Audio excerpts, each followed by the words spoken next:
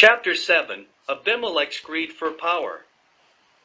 Gideon had died, and no sooner than after his death, the children of Israel turned away again from worshipping the Lord their God who had delivered them from the hands of all their enemies on every side, nor did they remember him, but they played the harlot with the Baals.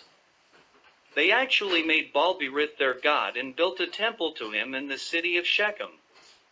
Judges 8 verses 33 and 34, 946. The city of Shechem had always been an important fortified city situated on the slope of Mount Ebal where the main highways and trade routes intersected, well before the arrival of the Israelites. It was located between Mount Ebal and Mount Gerizim and had always been devoted to pagan gods. Generations earlier, before the existence of Israel, Abraham had built an altar to the Lord, after the Lord had appeared to him in the city of Shechem. The Canaanites were in the land and worshippers of Baal during that time. When Abram passed through the land, the Lord appeared to him and said, "To your descendants I will give this land." There Abraham built an altar to the Lord. Genesis 12 verses 6 and 7.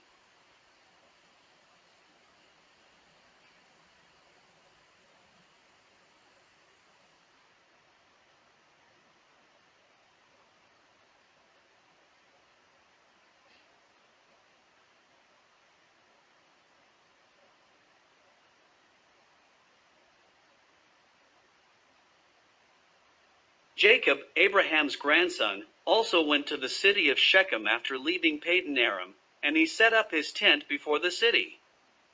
He bought the land where he set his tent from the children of Hamor, a Hivite prince, who at that time was prince of the land and city of Shechem.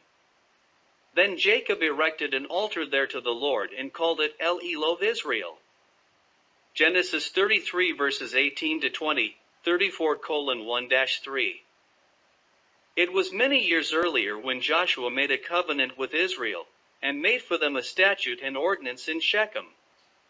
Joshua wrote the words in the book of the law of God there. He took a large stone and set it up under the oak that was by the sanctuary of the Lord. The stone was to be a witness to them, for it had heard all the words of the Lord, which he spoke to them. The stone was to be a witness to them, unless they deny their God. Joshua 24 verses 25 to 27. Now, the children of Israel has forgotten the Lord their God, the one and only true living God, to turn to a false god Baal-berith, also known as El-berith, and they set up a temple in the city of Shechem for him where the sanctuary of the Lord God had once been. They traded the creator God El Elov of Israel for the false god El-berith of Canaan. Satan has always wanted to be worshipped. He always wanted to be like God. Therefore, he gets the people of Israel to set up a pagan temple and a sanctuary in the same city where the Lord's sanctuary was once built. Likewise, just as Joshua made a covenant with Israel at Shechem and wrote the words in the book of the law of God there, Satan got the children of Israel to worship him by turning them to worship Baal-berith, meaning Baal of the covenant. Satan never left his territory, for Shechem has always been devoted to pagan gods. Abimelech's greed. Gideon had 70 sons who were his own offspring, for he had many wives. He had one son by a concubine in Shechem, and his name was Abimelech. The names of the 70 sons are not given, except the youngest of Gideon, who was Jotham. Judges 8 verse 29. Abimelech, Gideon's son, went to Shechem, to his mother's brothers, and spoke with them and with all the family of the house, asking all the men of Shechem, which was better for them, that all 70 of the sons of Gideon reign over them, or that one reign over them. He reminded them that he was their own flesh and bone. Abimelech was going to turn against his 70 half-brothers. His mother's brothers spoke all these words concerning him in the hearing of all the men of Shechem, and their heart was inclined to follow Abimelech, for they said that he was their brother. Therefore, they gave Abimelech 70 shekels of silver from the temple of Baal-berith, with which Abimelech hired worthless and reckless men, and they followed him. Then he went to his father's house at Ophrah of the Abiezrites and murdered his brothers, the 70 sons of Gideon, on one stone. However, Jotham the youngest son of Gideon escaped the slaughter, because he hid himself. Therefore, all the men of Shechem gathered, all of Beth Millo, and made Abimelech king of Shechem. Judges 9 verses 1-6. Jotham was told what had happened to his brothers, and he went and stood on top of Mount Gerizim, and lifted his voice and cried out with a parable and put a curse on Abimelech. Judges 9 verses 7-15.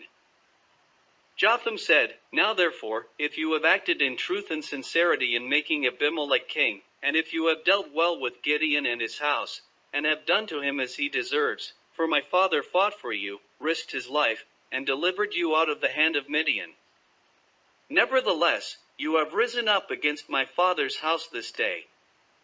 You have killed his 70 sons on one stone, and made Abimelech, the son of his female servant, king over the men of Shechem, because he is your brother. If then you have acted in truth and sincerity with Gideon and with his house this day, then rejoice in Abimelech, and let him also rejoice in you. But if not, let fire come from Abimelech and devour the men of Shechem and Beth Millo, and let fire come from the men of Shechem and from Beth Millo and devour Abimelech. Then Jotham ran away and fled, and he went to Beer and dwelt there, for fear of Abimelech his brother. Jotham put a curse on Abimelech, in that if Abimelech had acted in truth and sincerity for what he did to Gideon and his house, they were to rejoice. If not, a curse in that Abimelech was going to turn against the men of Shechem and Beth Millo, and the men of Shechem and Beth Millo would turn against Abimelech. Judges 9 verses 16-21. Abimelech's downfall. Abimelech reigned over Israel for 3 years, though not a true king, because he established his reign through the murder of his brothers. Therefore, the Lord sent a spirit of ill will between Abimelech and the men of Shechem. Then the men of Shechem dealt treacherously with Abimelech, that the crime done to the 70 sons of Gideon might be settled, and their blood be laid on Abimelech, their brother who murdered them, and on the men of Shechem, who aided him in the massacre of his brothers. Therefore, the men of Shechem set men in ambush against Abimelech on the top of the mountains, and they robbed all who passed by them along that way, and it was told Abimelech. Judges 9 verses 22-25. Gaal, the son of Ebed, and his brothers went to Shechem, and the men of Shechem put their confidence in Gaal. Therefore, they went out to the fields, and gathered grapes from their vineyards and trod them, and made merry, they made wine. They went into the house of their God, and ate and drank, and cursed Abimelech. Then Gaal said to them, Who is Abimelech, and who is Shechem that we should serve him? Serve the men of Hamor the father of Shechem, but why should we serve him? If only this people were under my authority, then I would remove Abimelech. Increase your army and come out. Judges 9 verses 28-29. Zebul, the ruler of the city of Shechem and the officer of Abimelech, heard the words of Gaal, and his anger was aroused. He sent messengers to Abimelech secretly, warning him that Gaal and his brothers had teamed up together and had come to Shechem, and they were plotting against him to siege control of the city. Abimelech and all the people who were with him rose by night, and lay in wait against the city of Shechem in 4 companies. When Gaal went out and stood in the entrance of the city gate, Abimelech and the people who were with him rose from lying in wait. To Gaal's surprise, he saw people coming down from the mountains, from the center of the land, and another company coming from the diviner's terebinth tree. Then Zebul said to him, Where indeed is your mouth now, with which you said, Who is Abimelech that we should serve him? Are not these the people whom you despised? Go out, if you will, and fight with them now. Gaal went out, leading the men of Shechem, and fought with Abimelech. Then Abimelech chased him, and he fled from him, and many of the people fell wounded, to the very entrance of the gate. Then Abimelech dwelt at Arumah, and Zebul drove out Gaal and his brothers, so that they would not dwell in the city of Shechem. Judges 9 verses 30-41. On the next day, the people of Shechem went out into the field, and it was told Abimelech. Therefore, he took his people, divided them into 3 companies, and lay in wait in the field. He looked, and there were the people coming out of the city, and he rose against them and attacked them.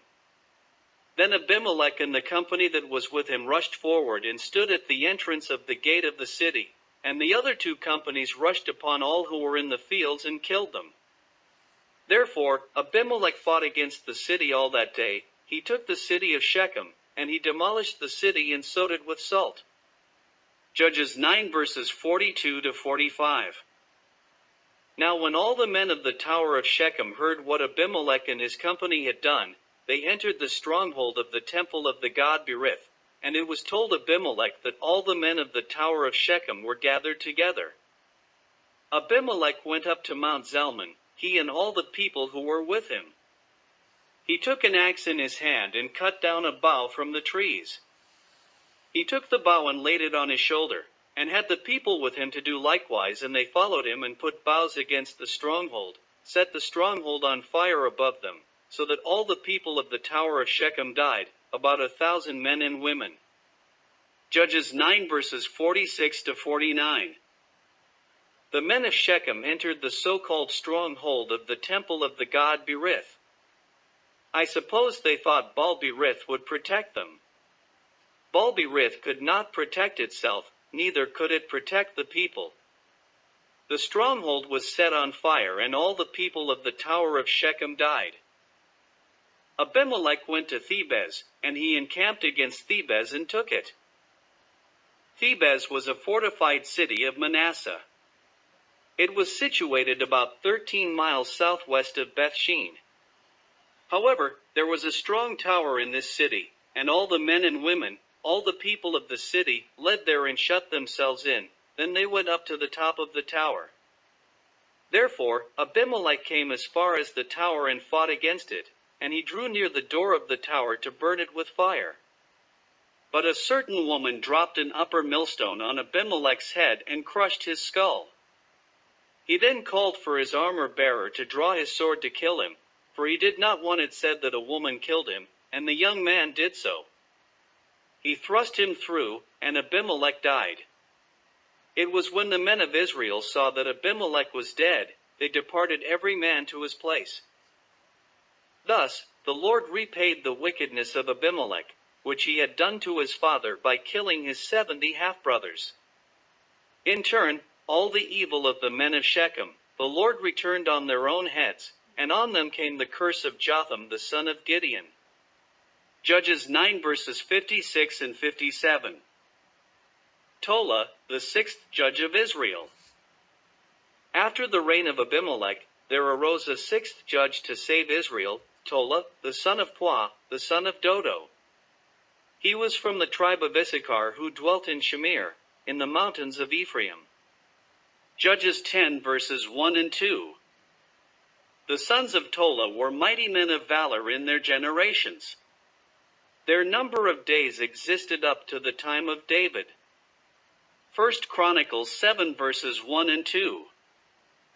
These were the sons of Issachar according to their families: Tola, the family of the Tolates, and Puah, the family of the Punites. Dodo is not mentioned. And the son jumps to Jashub, the family of the Jashubites, of Shimon, the family of the Shimronites. These families of Issachar according to them were numbered: Numbers 26 verses 23 to 25, Genesis 46 verse 13.